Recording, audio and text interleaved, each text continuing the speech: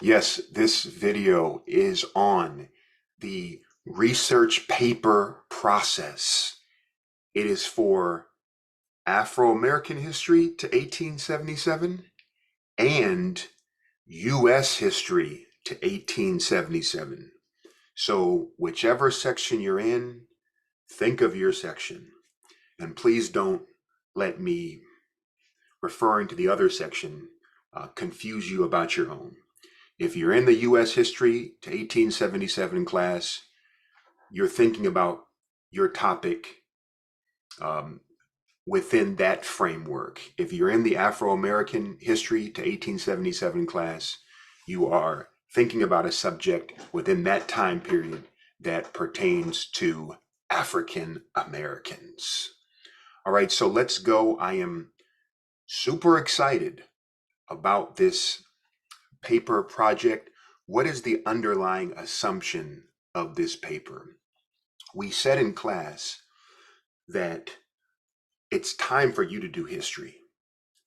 The entire semester, we have been inundated with readings, viewings, listenings of, yes, primary sources, but also secondary sources. So other people are writing about history. I don't want us to get it in our heads that history is what other people do, and then we read what they say and we believe them. We want you to do history. And it's a process called historiography, but I'm calling it doing history here. So, what we mean by doing history is that you are looking at the past, interpreting it for us, and telling us how it relates to today or why it's important or significant today. All right, so think about that. Someone once said that the past history is more about the present than the past. And that has some truth. We do things because of what we're going through now. So we have encouraged you to get a topic that you are passionate about, that you're interested in, maybe that your major is situated in, or that you want to do for a career. So that's very much about your present. And so uh, I say as much here. History is not something that someone else does. It's not what you read in a book or an article or a website. History is something that you do. And so in this paper, we're doing the hard work of figuring out what happened in the past, why it happened, how did it happen, what were the ramifications, and then how that applies to the present and the future. And that's actually you writing the paper. You writing the paper is actually an act of interpretation of the past, how you put those sentences together, how you structure the paragraphs. That is all explaining the past. That's all explaining the past. All right. So we said that we are very much at the edge of our proverbial seats as to what you're going to come up with um, in doing this history paper. All right. So what is your purpose here? Your purpose here is to choose a topic. I'm going to alternately refer to it as a topic, a subject on African American. Remember, African American history to 1877 if you're in that class, U.S. history to 1877 if you're in that class, and I'll be using African American examples because both of you all can do, obviously, both classes can do it on African American examples, whereas the African American history class may not be able to do it on just a U.S. history example. I recall the video on Samuel Adams. Uh, I assume that someone in the African American history class could do it on Samuel Adams, but you would have to show his intersection with Black people. Okay, show how he related to Black people, how he affected Black people, what Black people thought of him. So think about that. Okay, so you're getting a subject that you're passionate about, and you're going to do a deep dive into the topic, researching it for a few weeks. Unfortunately, we don't have longer. So really, you're going to just skim the surface of this topic. So I don't expect for you to have an expert knowledge, the fabled 10,000 hours when you become an expert.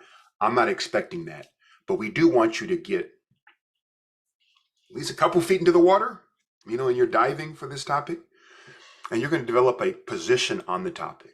So remember, for the group videos, the point was to inform about a historical period, item, thing, person, event, what have you. But for this, you are going to have a position. You're going to have a stance. We may call it an argument. And your audience are your fellow classmates. And of course, you will present your findings in this research paper to the class. All right, so these are the requirements. We said don't worry about the pages. The important thing here is the word count. We're looking at 2,000 to 2,500 words, and that's just the body. So please have a body of 2,000 to 2,500 words. So that's not counting the bibliography. So it's just the body. So 2,000 to 2,500 words, and it takes a position on a topic in African American history or U.S. history to 1877. Please use at least 10 sources, 5 of which should be primary, and that's just the minimum. You can do that in your sleep. 10 sources go by like that, but these sources are anything that contributed to this paper. So you say, well, is it a source if I don't directly cite it in the paper? Yes, if it influenced your research and writing of this paper, yes, it's a source.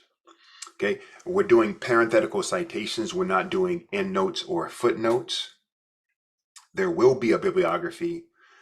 We ask that you do not quote directly from more than 15% of the paper, which is actually a decent amount. So that's 300 to 350 words about there. So please don't quote for more than that. And the thought behind that is that this is your paper. It's not a compilation, and it's not someone else's words. You are firmly writing this paper, and because of that, I encourage you to use the first person pronoun. Okay, so I, me, my, it's very much your paper, so it's appropriate for you to use. If you want to, you can use the first person pronoun, and the format is MLA 9 format. All right, please know the grading rubric.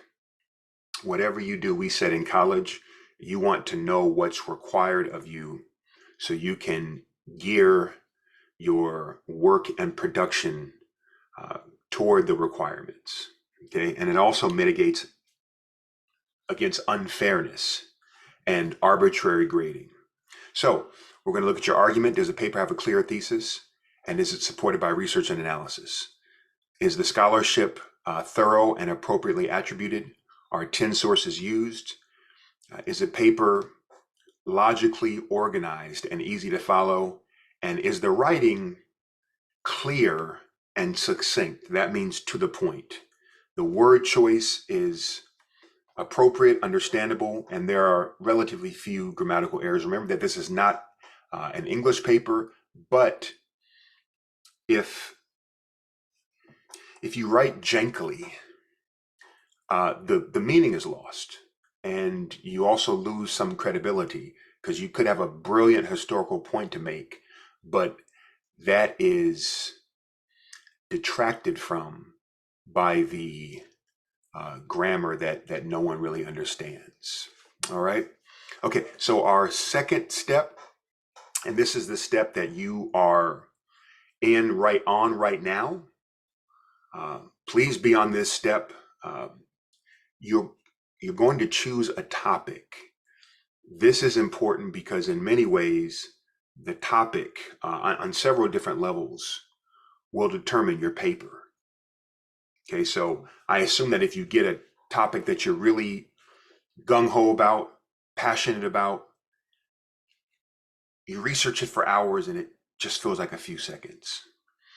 you'll do better with that topic than one that you're not, one that you feel meh, you feel like that about it. So you'll do better with the topic that you're really into. Okay, so you can do it on a person, a group of people, a relationship between people, state, government, the land, an event, a practice, an institution, an organization, a movement, politics, a theory or idea, or a myth. All right, so think about what you can do, what you can, which topic you can choose. Basically, it's wide open. But I would say that bear in mind that whatever you choose, you're gonna have to write 2,000 to 2,500 words on it. Okay, which we'll figure out is not a lot, but if it's something that you're not interested in, you don't want to be writing that much on it. And I will make this PowerPoint available to you. If you can't decide on a topic, just do the paper on a person. So if you're a business major, do the first Black businesswoman in America.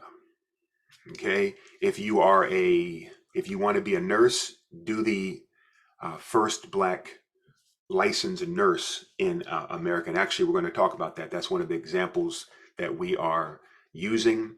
You can also take a person, let's say that you want to do it on Andrew Jackson and his treatment of the Native Americans.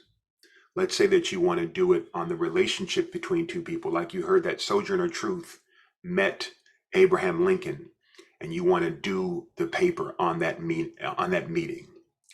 My point is that the easiest thing to do would be a person, because that's a very discrete research topic that you can directly research. Okay, so it's not an idea which could be rather nebulous or ambiguous and hard to clamp down on. All right, so if you can't decide on the topic, do it on a person. If you can't think of a person, email me and I will give you a person. I will give you a person. All right, you definitely want to narrow your topic. If you're like, hey, I'm researching my topic, and as you all say, I'm so confused. So I'm researching the topic and I'm so confused. You're probably confused because either the topic is too broad and you don't know exactly what you're researching, or it's too broad and you can't really grab onto anything specific or particular. All right, so think about this. Let's say you say, I want to write it on slavery. I want to write my paper on slavery. Okay, you can immediately start narrowing it down with, do you want to write about men or women in slavery? And of course you can say, well, I want to write about both. That's fine, but we need some narrowing. What in slavery do you want to write on? What about slavery? Maybe you want to write on the institution as a whole. Maybe you want to write on enslaved Black people. Maybe you want to write about the impact, the influence of slavery. You want to write about what someone thought about slavery, someone's views on slavery. The possibilities are endless, but let's say that you focus on childbirth and slavery. So we're dealing with enslaved Black women who are pregnant and who are giving birth to children. Okay, very interesting and under remarked upon subject. And you choose this because you're a labor and delivery nurse. And there's nothing wrong with saying that in the opening paragraph. Hey, the reason why I'm coming to this topic is because this is what I want to do for a living. I want to deliver babies. And so I'm interested in how babies were delivered in slavery. So perfectly fine. And we see where you're coming from with it. Okay. So let's say that after you determine childbirth and slavery, you want to look at control and consent and pregnancy. Okay. So how much did enslaved Black women who were pregnant, how much control did they have over their pregnancy? Could they determine when they got pregnant?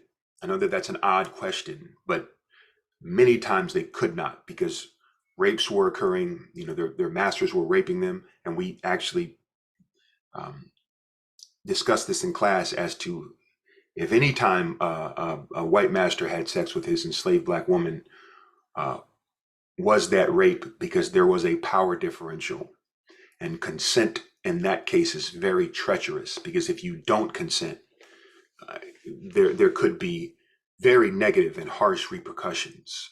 All right, so think about that. Control and consent. That's one thing that you could look at. Types of childbirth.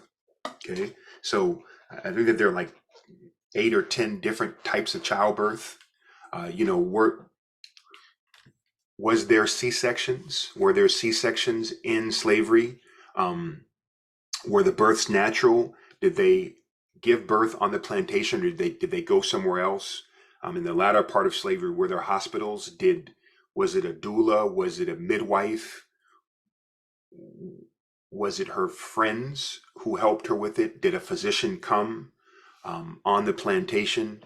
We have so many questions, and that's what research is. It's structured questions. It's academic scholarly curiosity.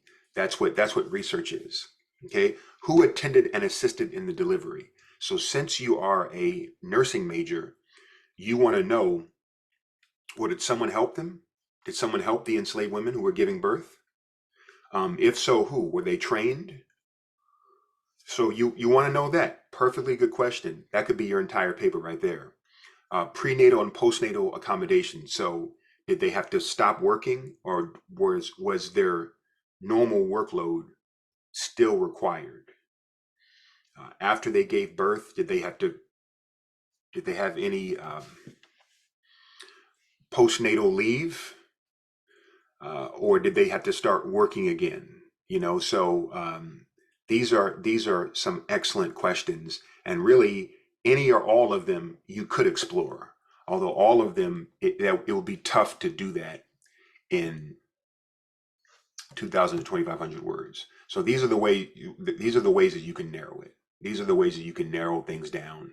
Um, Take an institution like slavery and then say, okay, what do I want to find out? If you want to look at religion and slavery, okay, fine. But the question is still, what do you want to look at?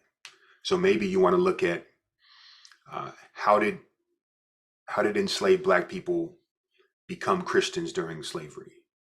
There's a lot of research and work and passages in slave narratives on conversion in slavery.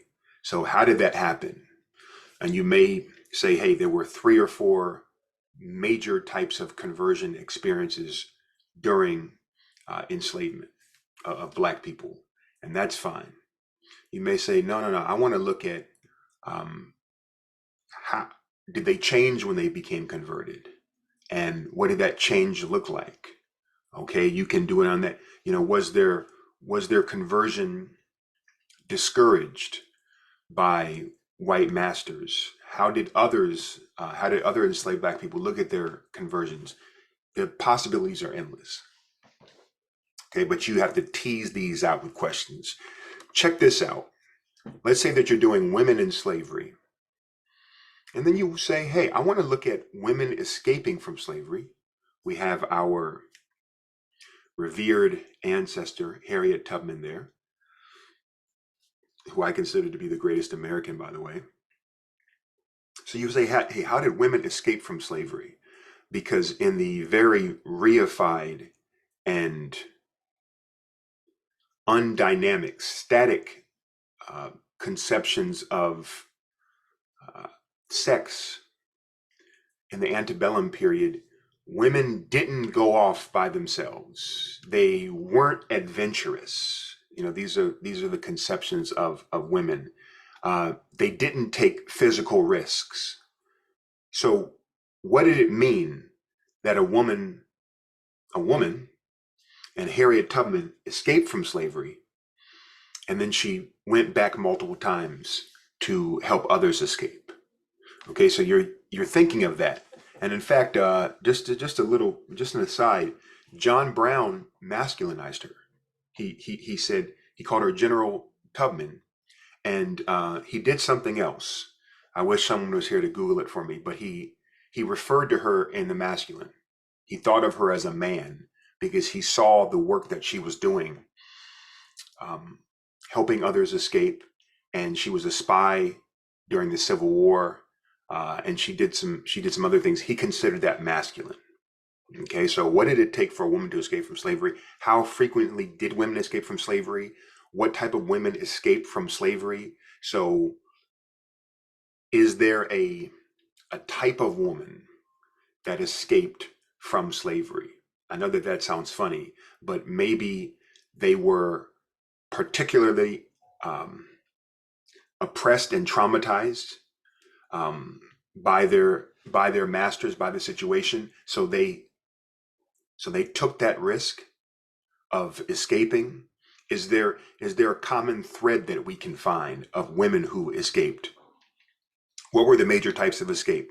How did women escape? Did they escape differently from men? Did they escape with men? Did men escape with women? What were the considerations of women who escaped? So, um, once again, this is a tried notion that a woman would care for her children maybe more than a man. Okay, so when she escaped, did she bring her children? And did that stop her from thinking about escape because she would have to bring her children with her, take her children with her? So these are some questions. What were the dynamics involved in her escape? How were women who escaped from slavery viewed? Why did women escape from slavery? What were their motivations? What were their major motivations for escaping from slavery? Those are similar concerns. So your topic could be major motivations for women escaping from slavery, innovative, innovating ways, innovative ways women escape from slavery. We know someone like Henry Box Brown. He was mailed to the North and he was in a box for some 30 hours. So that's very innovative. Did women also have ways that were innovative like that that may have been unique and different from um, male ways, if you will, from escaping from slavery? Women escaping and family considerations, type of women who escaped. That sounds odd, but you know what I mean. And escaping from slavery and notions of womanhood. Okay, so maybe a woman, she escapes from slavery and she's alone in the woods. Um, how does that comport with the dominant notions of the feminine during that time?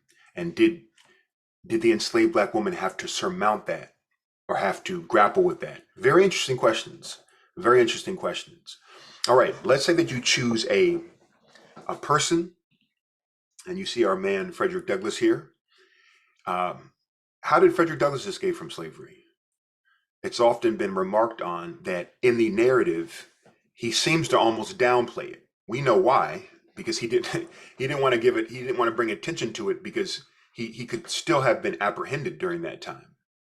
And he didn't want to give the details because it's sort of like another consideration is that, well, you escape but others haven't. What if others wanted to escape in a similar way?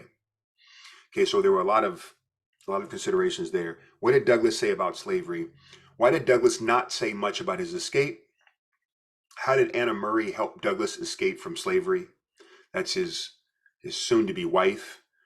They have very powerful romance built on manumission. She helped him. She was the brains and the effort uh, behind his escape. So, what type of marriage did Anna and Frederick have? You can do any of these. This is how you think about people. So, you're going to develop a paper from any of these questions. What was Douglas' relationship with Lincoln? Why was Douglas the most photographed man in the 19th century? He was the most photographed man in the 19th century, the most photographed person, it should say. What did Douglas think about women's rights? What did Douglas think about? Think about the exigence for today. The Hamas and Israel conflict. So, what did Douglas think of Jewish people? What did he think of Arab people? What did he think of Judaism? What did he think of Islam? You could definitely do a paper on that. What did he think of war? He definitely had a notion of a just war because he supported the Union in the Civil War. What did Douglas say about Howard University? A group did a video on Frederick Douglass serving on the board of Howard University. Okay, what did Douglass do for Howard University? Did Douglass ever speak to Howard students? And once again, this is a perennial question. Douglass was married to a black woman, Anna Murray, his entire life. And then near the end, when Anna died, he married a white woman. So that always raises eyebrows. And what was his thought for that, for the freedom struggle? How did that affect it? What did others think? All of these are very interesting topics. And so the point of this slide is these are how you think of topics around a person. All right. So once you have your research topic, then you start researching. And our librarians, Prosper and Coleman, gave us an excellent library session. So you are going to build on that. And you see I have a Howard University library search here and the subject database. As librarian Coleman said, I think pretty much every research project on your device starts with a Google search, because Google is so good at collating different websites. Okay, and so you want to start off with a Google search, and then look at the Google News. What's happening with your subject today? Has it been talked about recently? Like we said, we're thinking of exigence and kairos. So exigence means just what's happening now that caused you to do something. So what is causing you to research this? Is there something happening in the news now? Like we said, if we did something on what does Frederick Douglass think of Arab people, we could obviously say, Arab people are obviously in the American news a lot these days. Some are dead set against them. Others are, seem to be for them. So you can kind of bring out that dichotomy, and really there's probably a million sides, right? There are not just two sides, there's a million sides. So what was Frederick Douglass's conception of Arab people? Okay. And back then they actually thought that way. They said things about entire races. Okay. That was the thinking. There wasn't always nuance, but I'm sure, knowing Frederick Douglass as a speaker, that there was nuance. So we want to hear what he thought. Okay, so Google Scholar, Google Books, the Howard University Library search, subject databases, JSTOR search, and Academic Search Ultimate. So you are going to plumb these databases for good sources on your research topic. All right, that's what you're doing. And your first job is to reconnoiter these different sites. Okay, so your best sources are going to be primary sources. We're going to discuss what those are in a second. Books from academic presses, those are the best type of books for our purposes here. Scholarly articles, certainly. And the librarian showed you how to filter for scholarly articles and archival websites. These are your best sources right here. These are your best sources. So what are primary sources? Really, in short, primary sources are any sources from your era. Any sources from your era. So if you're looking at the Revolutionary period, any sources from the 1780s to the 1790s.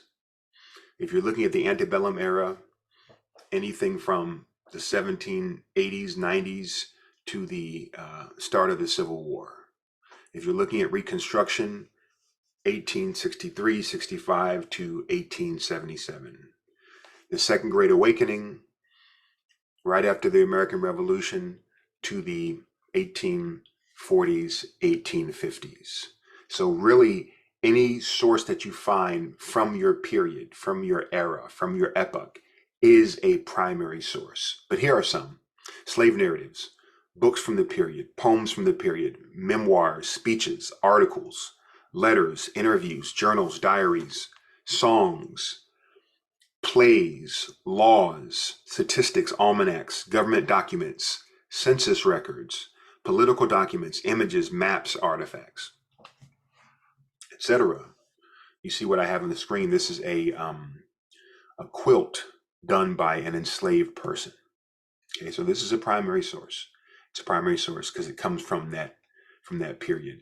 The best primary sources would be those from your person or event, whatever it is that you are researching directly. So if you're researching Douglass, the best primary source would be an article by Douglass, a speech by Douglass, a book by Douglass, a Douglass photo.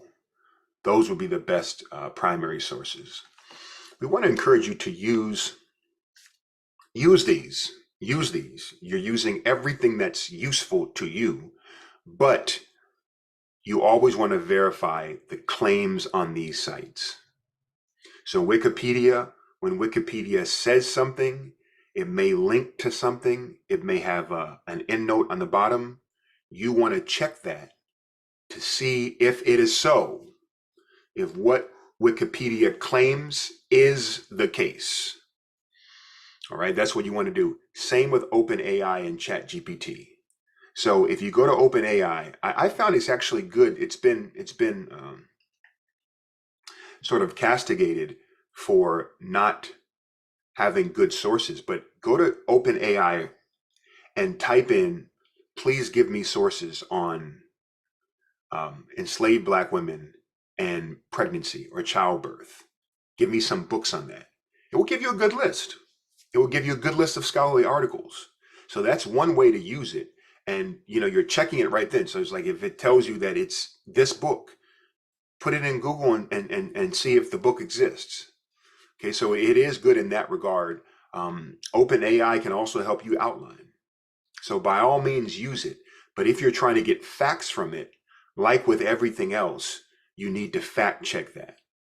So don't take it as the gospel and don't take it uncritically. All right. And then YouTube is the same thing.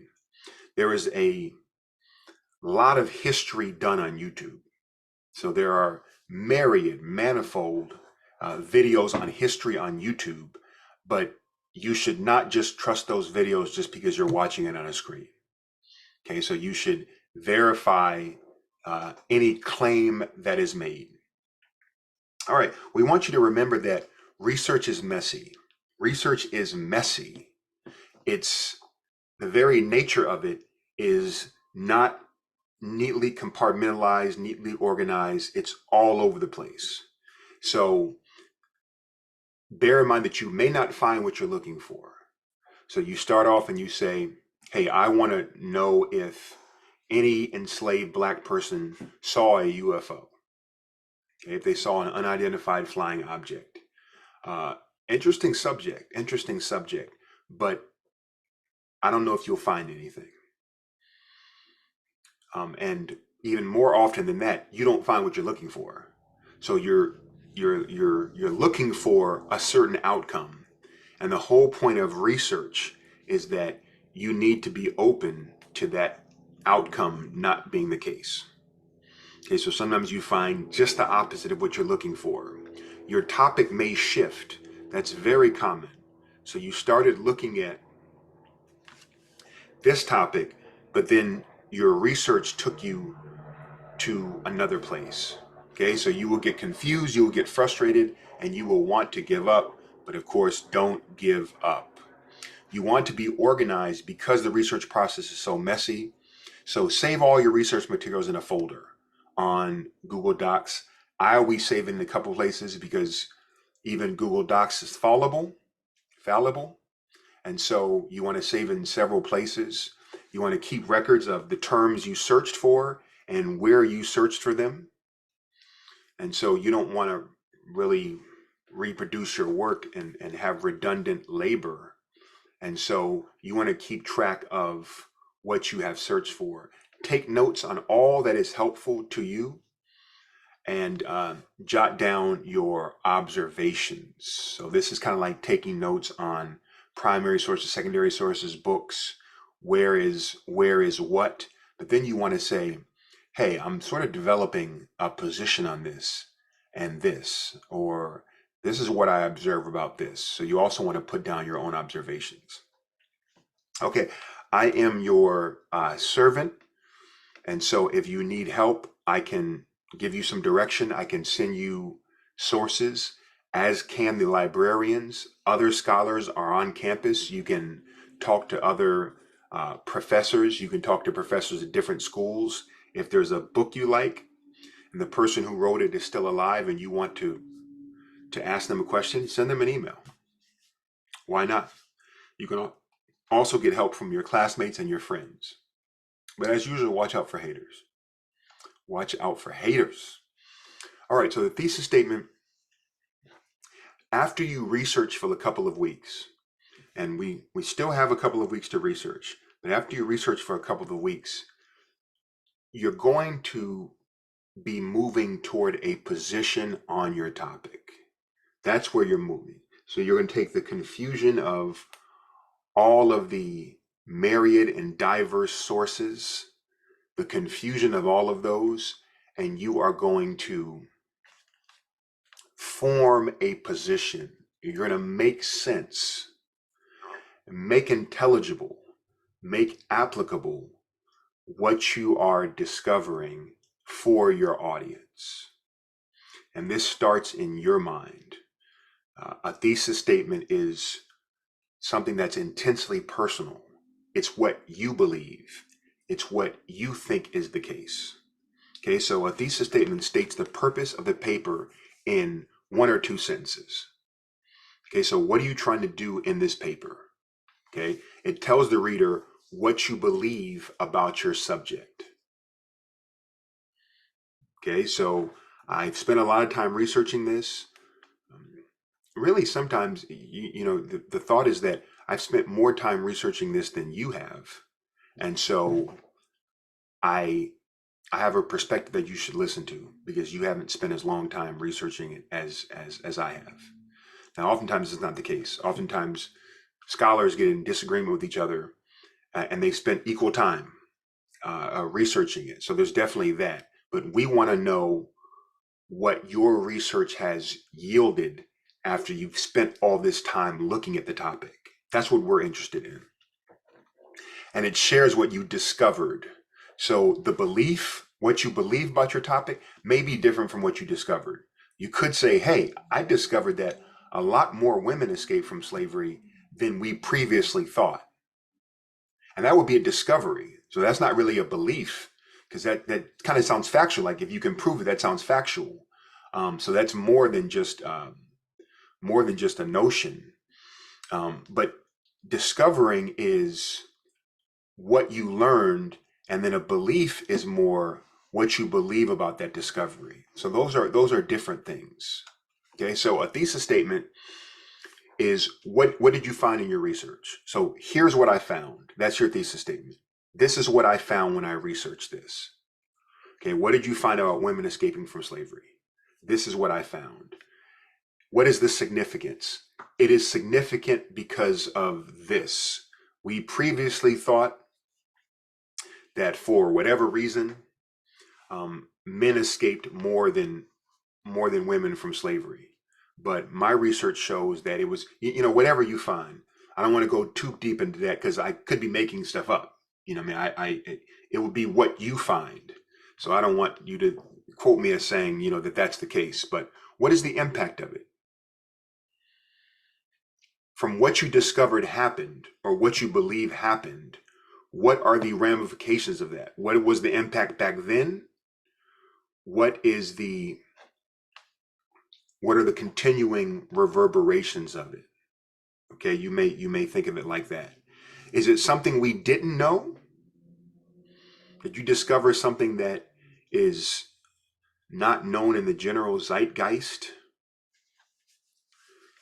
If so, that's a good thesis in itself. Does it go against common perception? Is it a new way of looking at something? Is it a new way of looking at something?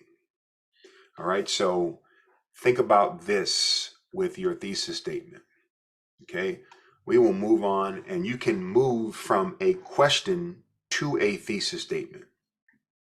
So oftentimes the question could be the answer, the thesis statement could be the answer to your question. Okay, so let's say that your research question was, what were the conditions under which enslaved Black women gave birth? That's a broad question, but your thesis statement could be, Despite intense pressure by white slave owners to bear children at a rapid rate under inhumane circumstances or conditions, many enslaved black women deftly controlled and determined both the frequency and conditions of their pregnancy and childbirth. Okay, so that's a response to that question. Okay, despite intense pressure by white slave owners to bear children at a rapid rate under inhumane circumstances, many enslaved black women deftly, that means very, very ably, adroitly, controlled and determined both the frequency and conditions of their pregnancy and childbirth. Okay, so that thesis directly came from that question. Okay, why did Frederick Douglass take so many pictures? The response to that is a thesis statement. Frederick Douglass made sure that he was the most photographed person of the 19th century in order to eradicate slavery by showing white Americans that black people were full humans with dignity, honor, and power. Okay, this is what was attached to people who were the subject of photographs, ambrotypes, daguerreotypes. Okay, it took a long time back then. You had to have a good amount of money to do it, especially in after his escape. So in the 1830s, 40s, 50s, it was very expensive and time consuming to be photographed. Folks, you think they were running around with cell phones back then? Taking selfies? No, it was a very complicated process. And so only people of a certain status and stature got photographs taken. Okay, so this is what Frederick Douglass is doing. Okay, what impact did black soldiers have on the Civil War? This is your research question. What impact did black soldiers have on the Civil War? And your thesis statement is a response to that. This paper argues that black soldiers were integral to the Union victory, and if they had not fought, their enslaved black counterparts might not have been emancipated. That's your thesis that you're going to go about to prove, to argue in the research paper. Okay, and this is the thesis statement that we will look at in this paper. Who was the first black nurse and what was her significance? Who was the first black nurse? We can say the first black licensed or the first black graduated nurse. And what was her significance? It was Mary Eliza Mahoney. She was the first black licensed nurse, and she successfully navigated the racial and gender discrimination in the medical field by bypassing the usual avenues of progress and making a lane for herself. We're using the road metaphor. Okay, so Mary Eliza Mahoney, the first black licensed nurse, successfully navigated the racial and gender discrimination in the medical field by bypassing the usual avenues of progress and making a lane for herself. All right. Now, after you have researched, it is time for you to start writing. Okay, and this can be a sort of liminal and nebulous space. How do you know when you've done enough research? Well, the answer is that you've never done enough research. Research is never over. Research is never done. But at some point, you do have to stop. All right, and that's probably heavily influenced by the due date, November 12th of this paper. Okay, so do you have writer's block and you can't seem to get a sentence on the page? Are you overwhelmed by having to write 10 whole pages? Obviously for this, you're not writing 10 whole pages. You're writing 2,000 to 2,500 words. So with everything, with the bibliography and everything, I guess that could be around there, but probably the writing of it is 6 to 8 pages. But remember, we said that the pages don't matter. It's the word count. So 2,000 to 2,500 double spaced um, pages. Do you have an argument to make but have no idea how to make it? Then you should outline. Please outline your paper. So let's look at outlining the thesis on Mary Eliza Mahoney. Remember that your outline will flow from your thesis statement. Your outline will flow, it will proceed out of, it will issue forth out of your thesis statement. Okay, so our thesis is Mary Eliza Mahoney, the first Black licensed nurse, successfully navigated the racial and gender discrimination in the medical field by bypassing the usual avenues of progress and making a lane for herself. So this is the question you're asking when you are making an outline. Your classmates are your audience for this paper. So what do they know about your topic? And what do they need to be persuaded of? I assume that most of your classmates don't know anything about Mahoney. Okay, so you're gonna have to do some basic work. If you were addressing this to a group of Mahoney scholars, you'd obviously have to do less work. Okay, but the students don't know anything about Mahoney, so you're gonna give an intro and then a biography of Mary Mahoney. And by the way, your outline will probably be a lot more detailed than this. So when you do a biography, you may say early life, birth and early life, education, maybe marriage and children. Then you get into her career, so you can separate those within the outline if it will help you write better. You're thinking about your writer's block. So the writer's block often comes because you're just overwhelmed by how much you have to write. You don't know where to start. Maybe you're not feeling creative. So the outline says, start here. And there's very little need for creativity because it's like, talk about her early life. Now talk about her education. Okay. So the third one is the racial and gender discrimination in the medical field at the time. Remember that this is part of your thesis statement. It's part of your thesis statement. Okay. What were Mahoney's methods of bypassing that discrimination? Because that is your thesis statement. Okay. And then you want to reflect on how effective that was, her bypassing, and what the significance of that was and is. Okay. And bear in mind, once again, that you can make this outline as detailed as you want. Now we're going to consider, because when we're dealing with outline, we're dealing with scale. So you have a finite number of words, 2,000 to 2,500 total words. So you are going to need to allot the words for the various sections.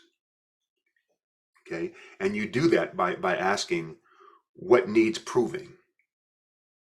Okay. So you're probably not going to prove much of her biography, but we need to know her biography to be grounded in your thesis statement, because your thesis statement is talking about how she surmounted that racial discrimination by not going around it, by dodging it. Okay, so, but your thesis statement is her biography is integral to that thesis statement, because we don't know anything if we don't know who she is and where she came from.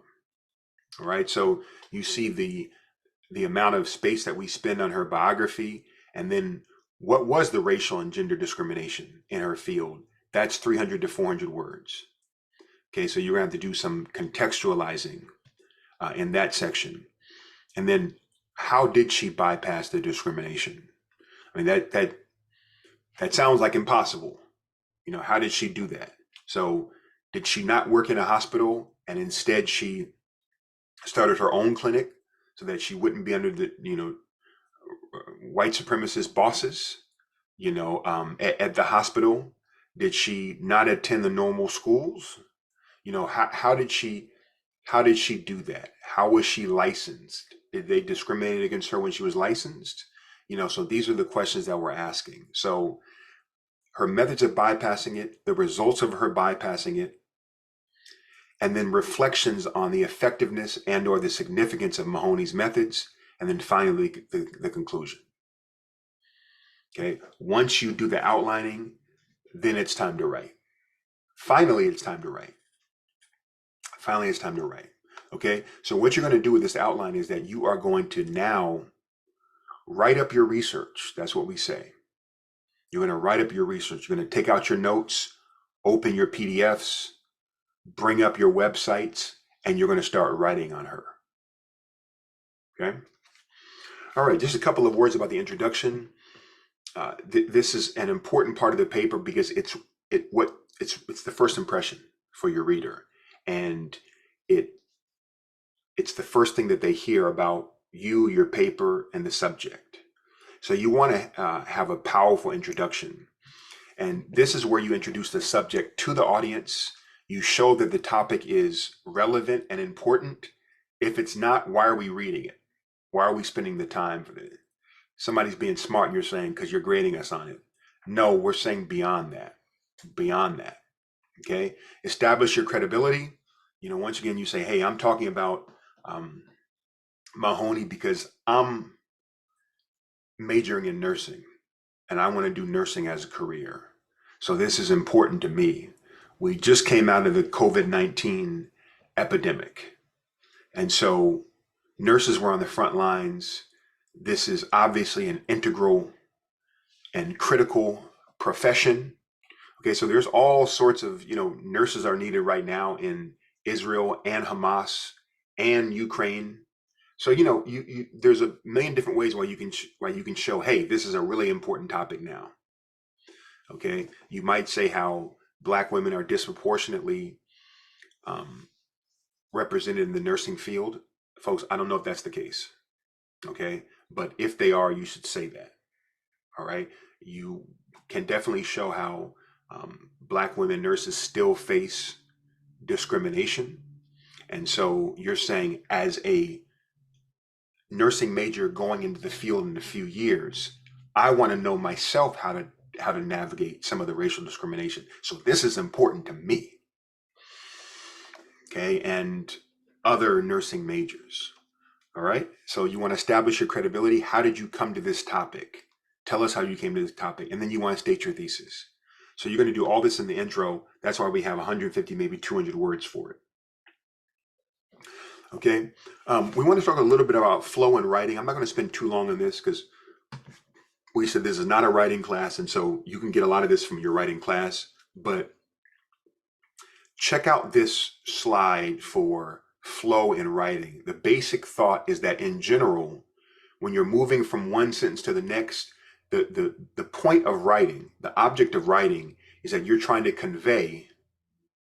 This could be obvious, but it needs to be said. You're trying to convey to an audience what they don't know. If they already know it, and this knowledge may just be that you believe something. So they may know, hey, the earth is round, but they may think that you think that the earth is flat. So you're writing to say the earth is round. Everyone knows the earth is round, but they don't know that you think that the earth is round. Got it? Okay. And so here, you are walking and bringing your audience along with you from sentence to sentence. Okay, so no one else is in your head. So be thinking that a lot of times what I think is obvious, because in my own mind, the synapses and the chemicals and the pathways are connecting things, it's not connected in other people's minds. So you want to be crystal clear in your writing in this paper.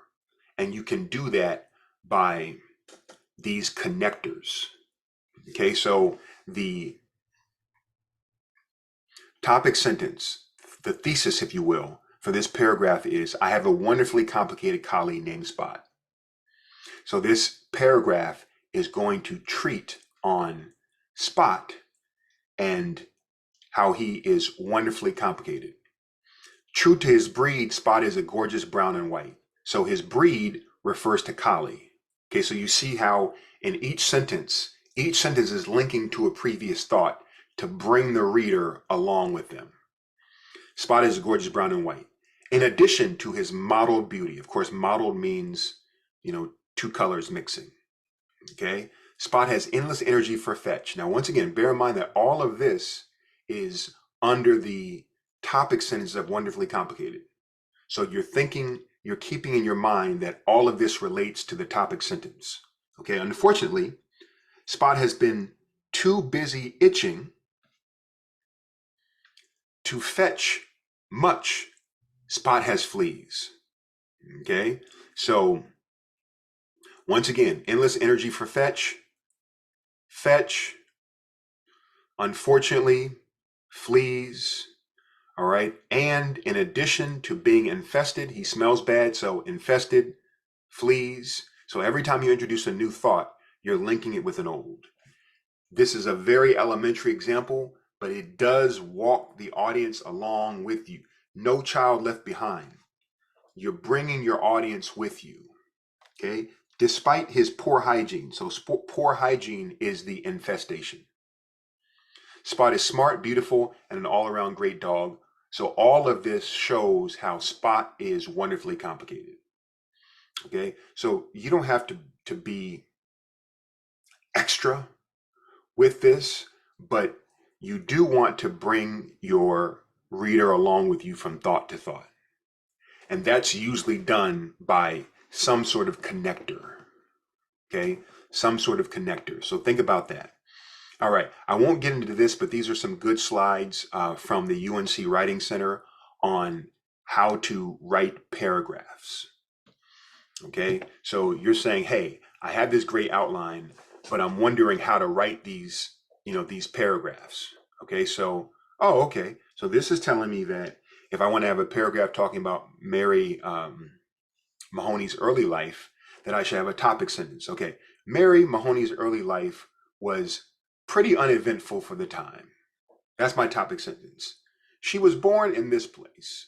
Her parents were, she had this many siblings. Okay, so this will tell you how to develop it, and you are steadily now bringing your sources into it. Okay, so perhaps Mahoney wrote an article on her early life. Okay, so you are bringing that article in and you're citing it, you're drawing from it, and you're citing it. Okay, how do we cite? Very quickly, we are using parenthetical citations. So please don't use endnotes or footnotes. We are using parenthetical citations, and that means when you quote, paraphrase, cite something, at the end of the sentence, you're going to parenthetically cite it. This citation, the first thing in the citation is where you will go in the bibliography. So this right here, Higgins, you go down to the bibliography and you'll look for Higgins. So your bibliography is alphabetized. So you'll look for Higgins in your bibliography. So the point of this parenthetical citation is to lead you to the bibliographic entry. This whole thing is based on the scientific method, which says that someone should be able to come behind you in your research and see what you saw and come to a similar conclusion. So you're just making sure that whoever comes behind you, which is us, the students and me, can see exactly what you saw. And then we can figure out if we agree with your conclusions. Okay, so this slide will help you with parenthetical citations, but of course this is all online. Just Google MLA9 format and it will take you to Purdue OWL. All right, so this deals with when you should paraphrase, summarize, and when you should quote. Remember that you shouldn't quote for more than 15% of the paper. And so this will be helpful to you, but I won't go over it now. And then your conclusion, like the intro, state what you show them in the paper. State what you show them in the paper, highlight your main points, underscore your main points, apply the subject to the present. Many of you have asked me, can I do how this topic is affecting us today? Yes, but please only do it in the intro and the conclusion. So don't have that be a significant part of your paper as to how something that happened in the 1840s is affecting us in 2020, 2023. That's not the point of the paper. The paper's grounded in history.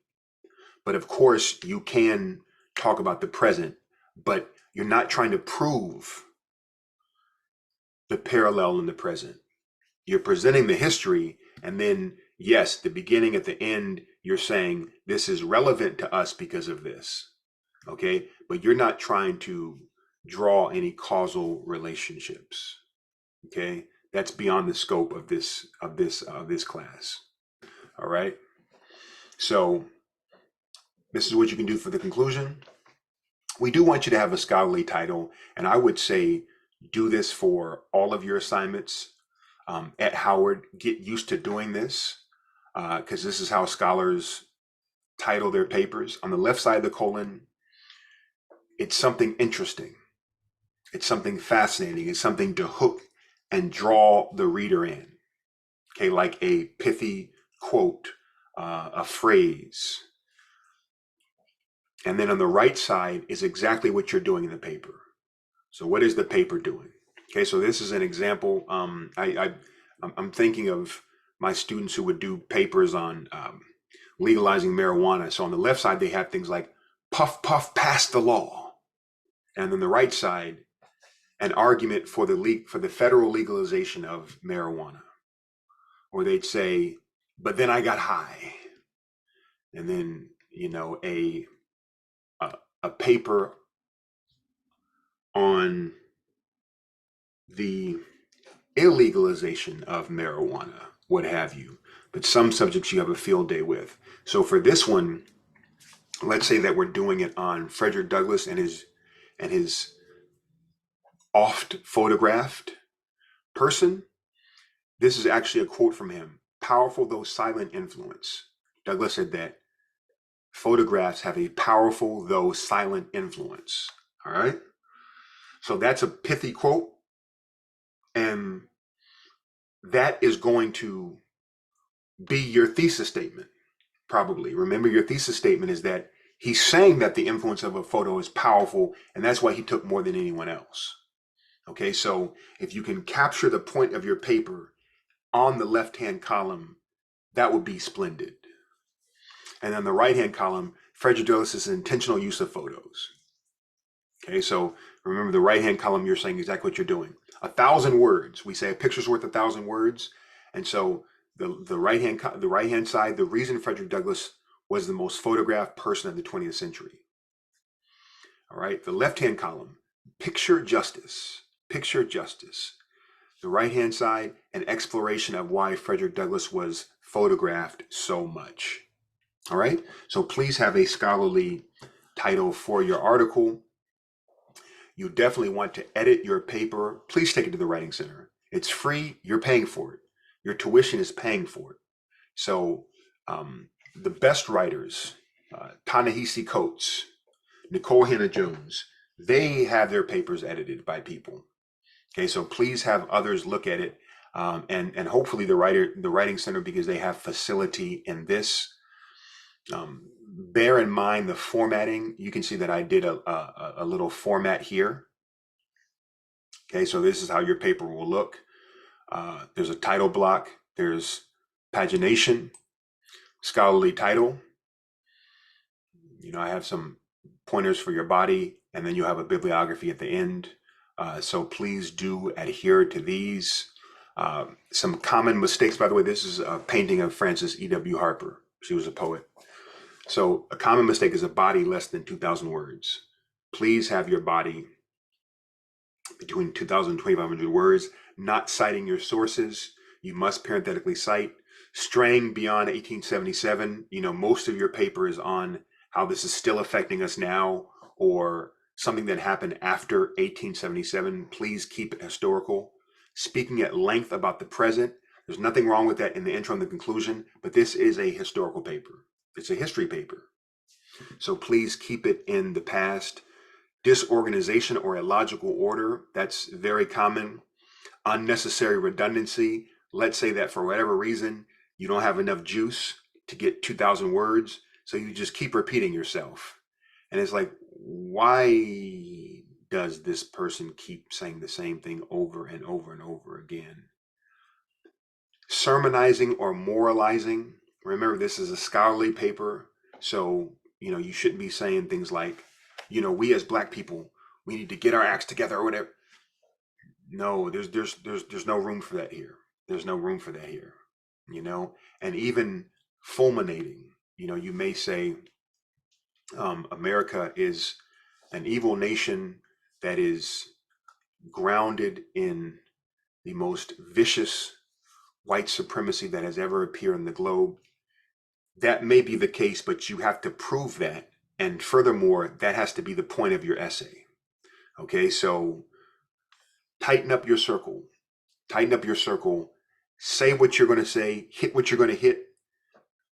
Prove your argument. Argue persuasively for it, and then end the paper. Okay, no sermonizing or moralizing, and do not omit the bibliography. You must include the bibliography. Okay, all right, folks, that is it. As usual, I think that I planned to go about 30 minutes. I probably went over an hour, but hopefully this is helpful. I am your servant, so if you need anything, please don't hesitate to email me and come to office hours.